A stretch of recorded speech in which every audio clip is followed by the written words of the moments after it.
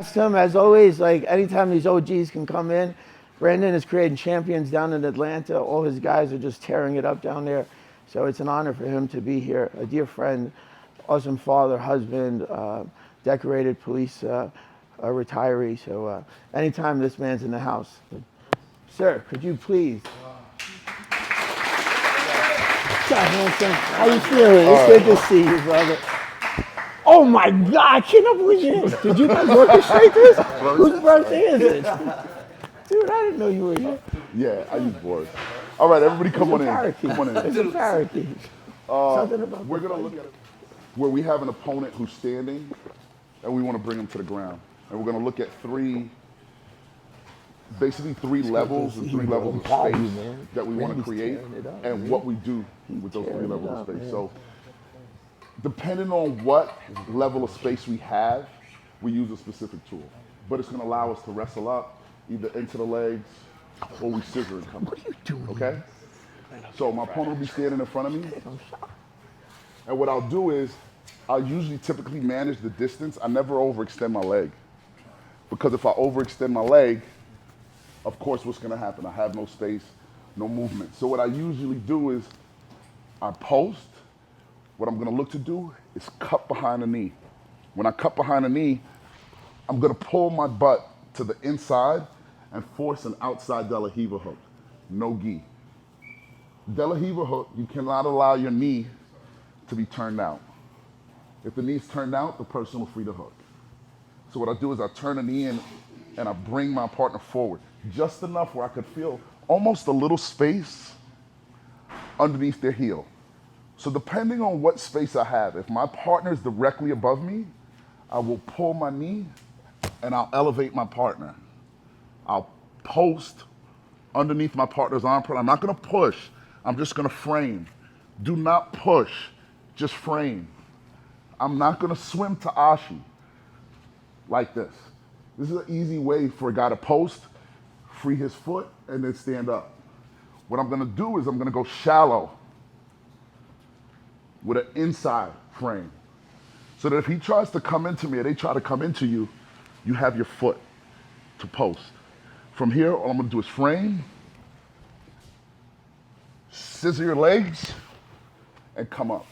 You either run the pipe, bring them back down, or if they fall, hold the ankle. We're gonna come in and force this inside De La Riva hook. Most of the time, people are gonna frame their knee and they're gonna try to block you out. It's not gonna matter. We're just gonna lift the knee. My shoulder is gonna post on the inside. Once I pop this hook, because I forced the inside De La Riva hook, he didn't force it, I forced it. So it allowed me to get my butt closer to my heel. So they have no way of getting a good hook. And then it'll allow me to cut.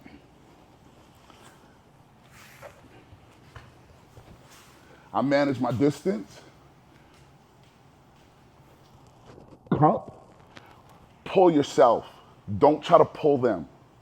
Lift your butt. Inside. As soon as I pull and I feel his heel, I'm just going to pull, kick, post, inside. Use this foot as a frame. So if he tries to put his foot on the floor, you stop that. He keeps trying to put his foot on the floor, I stop it. So I can push, either scissor up, run a pipe, or if he falls, control his ankle. You have to control it. Come up, hand, force the hook. If you can knee cut, you knee cut. But once we get here, if the knee is in the way, post, hand on the rib, shoulder beats the inside position, and I drop. They cannot hold this hook. If you force your knee hard, it'll feel like they're popping their knee, so they will not be able to hold this hook. And I'll pass, beat the body, and force the legs over to the side. Everybody got it? 1, 2, 3. And my knee is in, he forces my knee in. If I go to free it, lock it up good and tight, it's hard to free. I can pop a couple of times. It's going to take a couple of times for me to pop it free. But if I can turn my knee out, got a good hook. Good bite. Not good enough. You can pop it free with one shot. So I like to force the knee in. It's hard for you when the knee is forced in to just beat the hook. You have to turn your knee, then you can pop the hook. Or you have to push the knee down and then pop the hook. As long as your knee is turned in, it's hard. And the reason I put my hand under the heel is so that when I try to go to turn it back, it's hard because his hand is under my heel. Now I have to do this, try to pop the hook. But by the time my hand starts here, your foot should have already been in the middle and bring the knee to make me post so that my hand is not available. So you have to get a good hook. You have to turn your knee in and put your hand like kind of underneath the heel and force your knee inward. Sometimes what will happen is if you don't practice the De La Riva hook enough, you get a cramp in your foot and your toes, and you're like, yeah, this feels weird.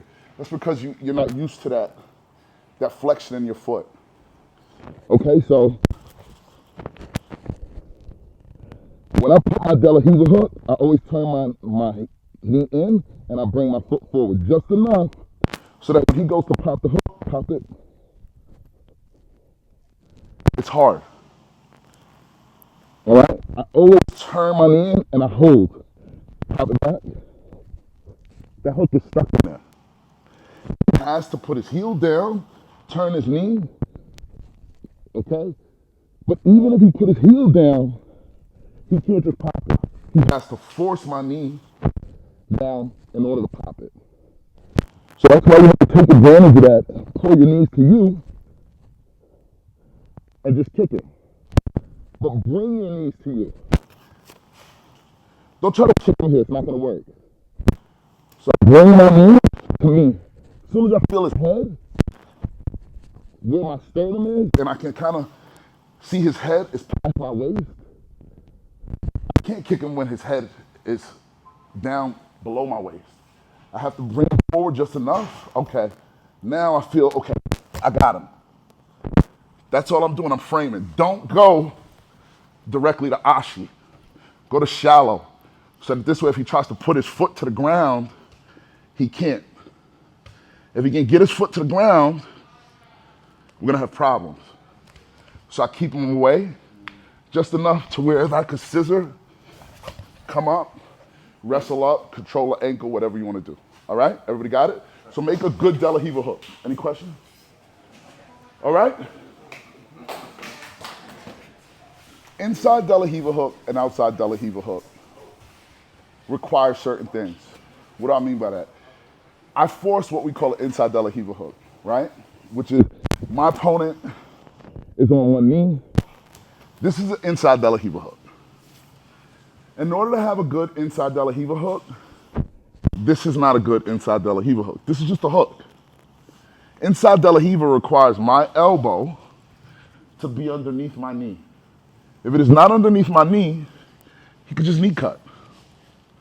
He could pass. But because my elbow is underneath my knee, when he goes to knee cut, it's harder for him. I could elevate him. That's why you see guys, whenever they got an inside De La Riva, they always put a hand underneath the knee. If you don't have a hand underneath the knee, the hook is easy to beat. Super easy to beat.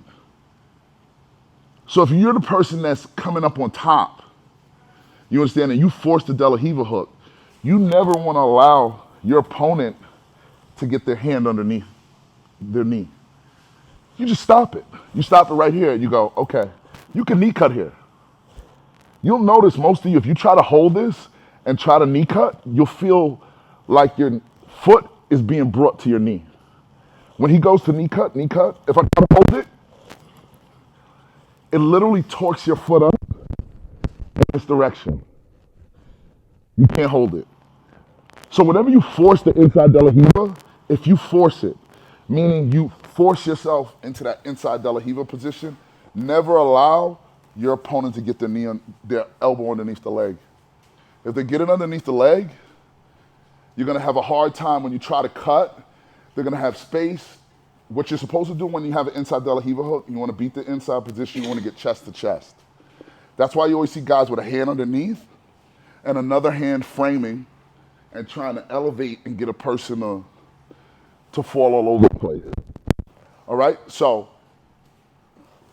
our next position, same thing, but remember we said we're gonna have three different amounts of space. So I came inside, but this time, when I kicked, maybe the person was off this way. They weren't directly over me, so I couldn't kick them over. They're a little to the side. So when they're a little to the side, I put the hook behind the thigh, I bring them forward, and I float them out. When I float them out, I hold on to this. So that now, both hands are on the floor. I can either wrestle up from this position, or most of the time, I kick away, come up, and I'm looking to feed myself to the back, depending on where they are. If they fall back, I could come up and knee cut again, or I just force myself in the half guard. If they turtle, when I come up, I force myself to their back. I don't rush it, I just force myself to the back and I'm looking whatever's open. If they have open or closed knees. If they got closed, I just bring them to the side. If they got open, force a knee in the middle and start trying to open his legs up. And bring them over to the side, peel a heel, and try to take the back. So if they're in front of us, we kick them over our head. If they're to the side of us, we float them out to the side.